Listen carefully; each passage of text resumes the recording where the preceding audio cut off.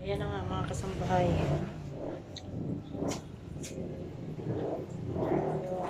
Tinutuloy na natin yung yung tawag nito.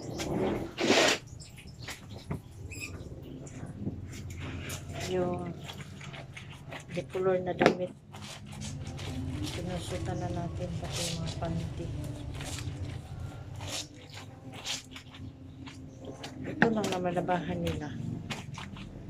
Wala nang iba. Mga medyas, last yung medyas natin sa bulan. Kasi maglaba ako sa damit ko. Sunod ko yung damit ko pag tapos yung medyas.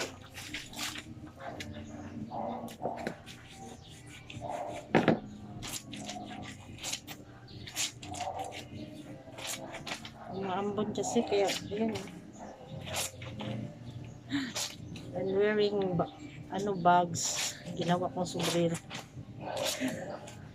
Wala tayong sombrero kasi kaysa naman maambon na tayo, sipunin, makasakit pa tayo. Kaya kanina pa ko tayo ikot, ano gawin ko, ginawa ko mga kasambahay, gumawa ko ng paraan. Ito nga, nakita ko yung bag, sabi ko, sige nga, gawin ko sombrero yung bag. Kaysa naman magbanlaw ako dyan sa labas na mababasa ako, maambunan. Tapos iba pa naman yung panahon mga kasambahay, ambon na may araw, mainit ba, mahirap na, baka wag natin tayo sipunin ba ngayon. Kaya kailangan natin ng matakpan yung bunbunan ba, ay magkasakit. Ingatan natin sarili natin kasi lalo na ako, gusto hindi pwede magkasakit ang yung kasambahay ko, sinira yaya, kay may mga estudyante ako mga kasambahay. Buti kung may katuwang ko mag-support sa mga bata, wala. Kaya ligado tayo hindi magpakasakit-sakit dyan. Minsan may maramdaman naman tayo, pero siyempre gamutin natin agad.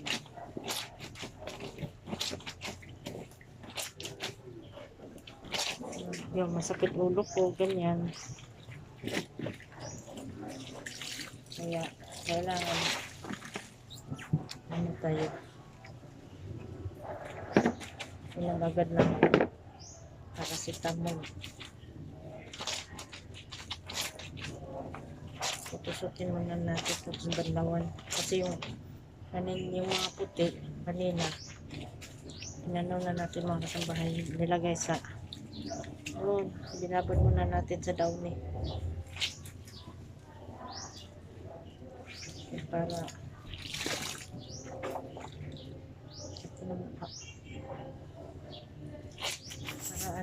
mabango siya. So i-dry na natin ngayon pagkatapos natin maglaba magpusot dito para mabanlawan ito mga kasambahay.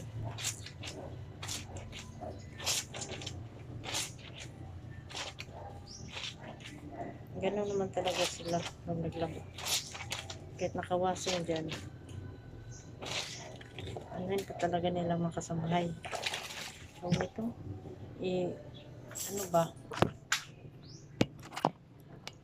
tusutin pa talaga yan, hindi pwede hindi tusutin.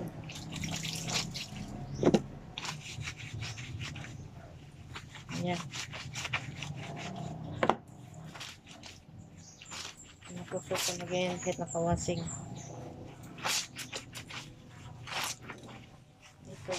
Ito, pagkatapos nito yung mga medyas,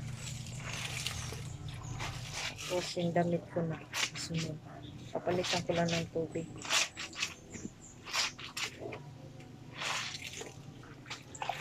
Hindi pa ito pinalaundry yung iba mga kasambahay, ang dami kasi may mga bedsheet na sabi ko sa kanila ipalaundry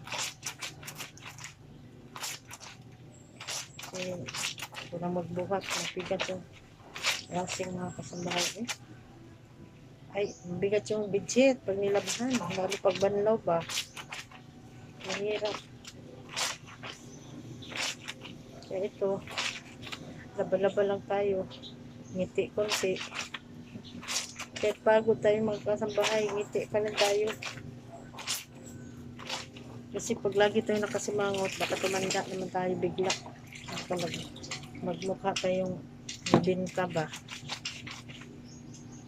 Kahit may problema, ngiti pa rin. Huwag naman yung ngiti na parang hindi na maintindihan kasi baliw na yun eh. Mga kasambahay. Nga to ba, kwento ng buhay lang. Mga problema natin, binibigyan ng Diyos. Kakayanin natin yan.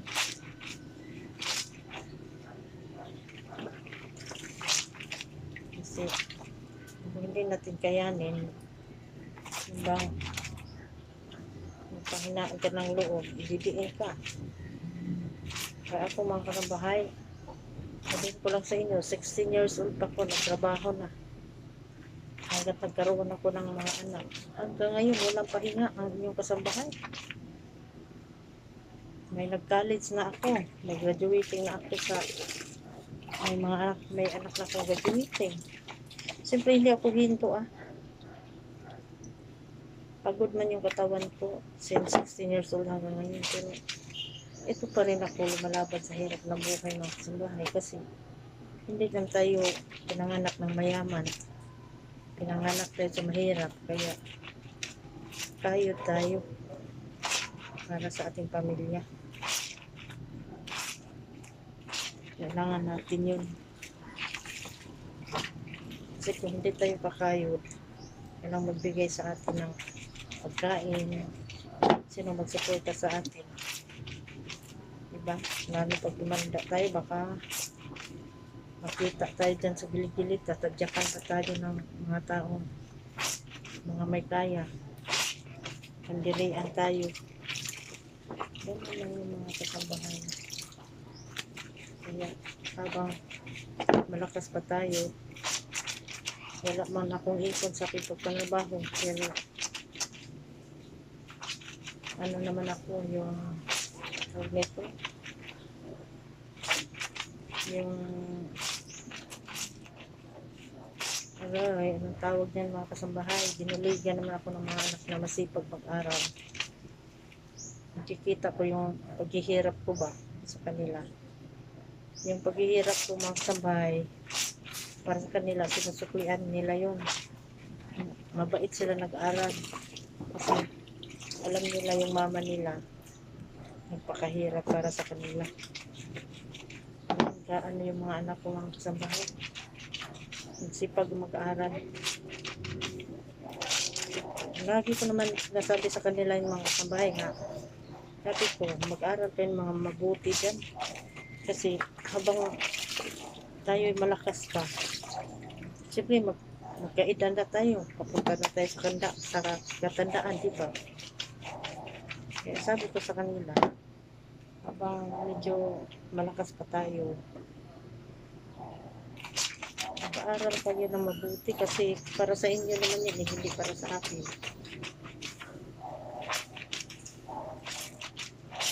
Kahirap magtrabaho mga kasambahay, minsan umiiyak ako dahil yung mga dati kong amo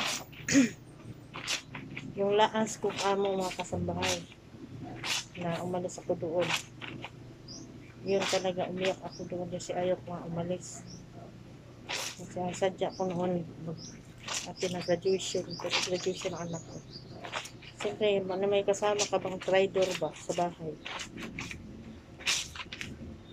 Ang ginagawa siya, may dahilan na kung bakit ako pinaalis doon. Ayaw naman ng boss. Ay, ewan ko bakit siya ang sinusunod doon mga kasambahan. Kaya nawala ako ng trabaho. Buti naman kung mabait din. Mag-anak lang naman ito ng asawa ko. Mabait naman sila. Kung anong hilingin ko para sa mga anak ko sa school, binibigay naman.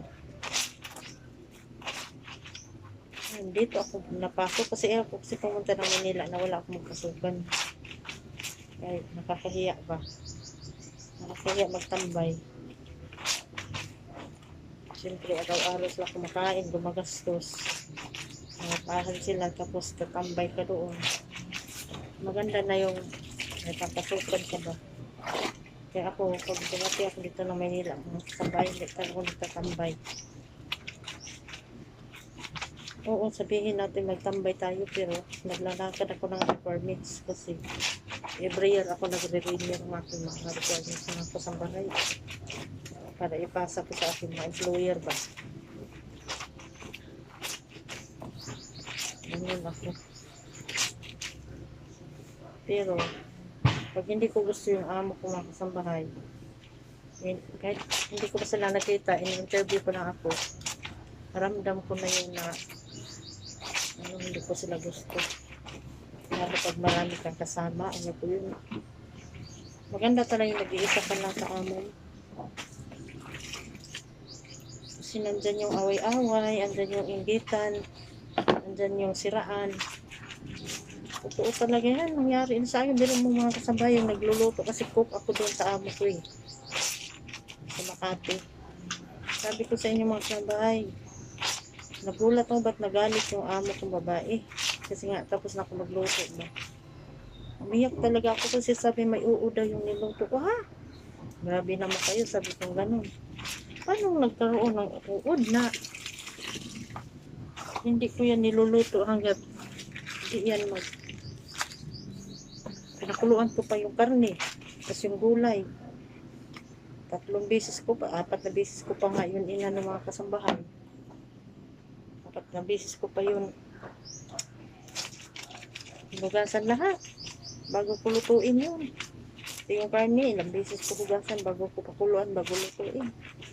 Paano nagkaroon ng uod yun pala mga kasambahay? Nilagyan pala ng uod ng kasama ko yung niluto ko. Kaya doon, galit na galit yung amo ko sa akin. Siya lahat may pahamak Tapos, pag naglinis ng siya, magulat siya na lang bakit marumi. Baka lilinis mo lang, bakit sobrang dumi na. Tapos ang daming buhok. Kaya ba yung sakit sa dibdib na may kasama kang ganun?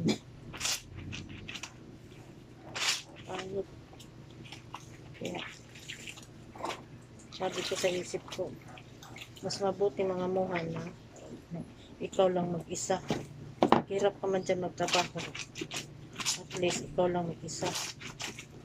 Kaya makikisama ka ng traido sa loob ng trabaho. Pangit. Naranasan ko, umiyak kayo yung amo ko lalaki mga kasambahay kasi nga ayaw nila akong paalisin. Sabi ko ayaw niyo ako paalisin, bakit niyo ako binayaran? Binayaran ako sa isinta mga kasambahay. 60,000 separation pay. Binayad sa akin. 1 taon ako doon.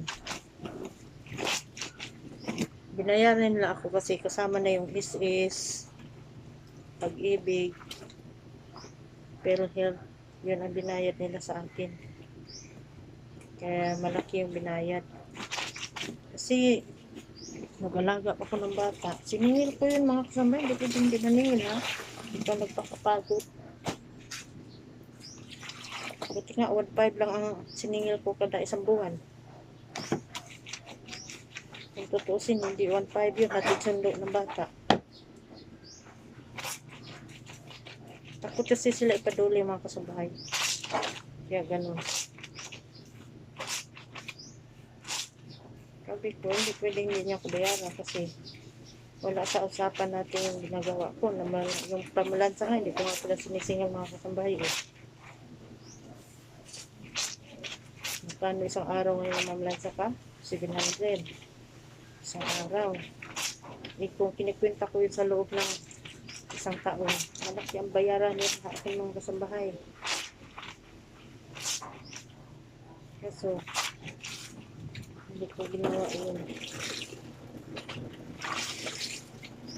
Nainis kasi ako sa kanila Sabi silang kasi.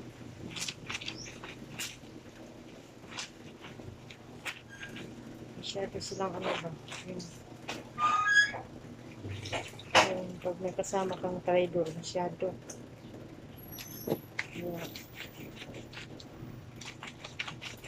talaga pag nangamuhan, abot mo ng 1 taon, 2 taon.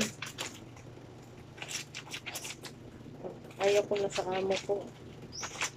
Hanap ako ng ibang kabahay kasi siyempre naman talaga ang buhay.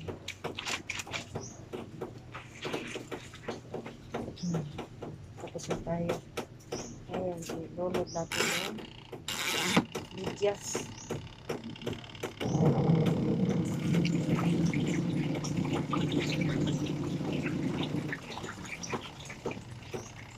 Walang naman tutulinan dito sa pakinggan. Kasi nga maulan ba? Maampun siya ba? Ginawa ba? Man ito mga kasambahay yun? Ganyan yung mga kasambahay bag. Yan. Ayan. Ginanyan ko lang. Bag ito. Ginanyan ko lang siya ba? Kasi wala tayong sombrero eh. Diba? Para-paraan lang yung mga kasambahay ko. Diba? Bag. Mamaya pag mampun, gawin natin siya sombrero. Ganun lang yung technique mga kasambahay. Hirap na kasi maambunan tayo. Diba? Para-paraan lang tayo. Ayan. Ano yun, mga kasambahay.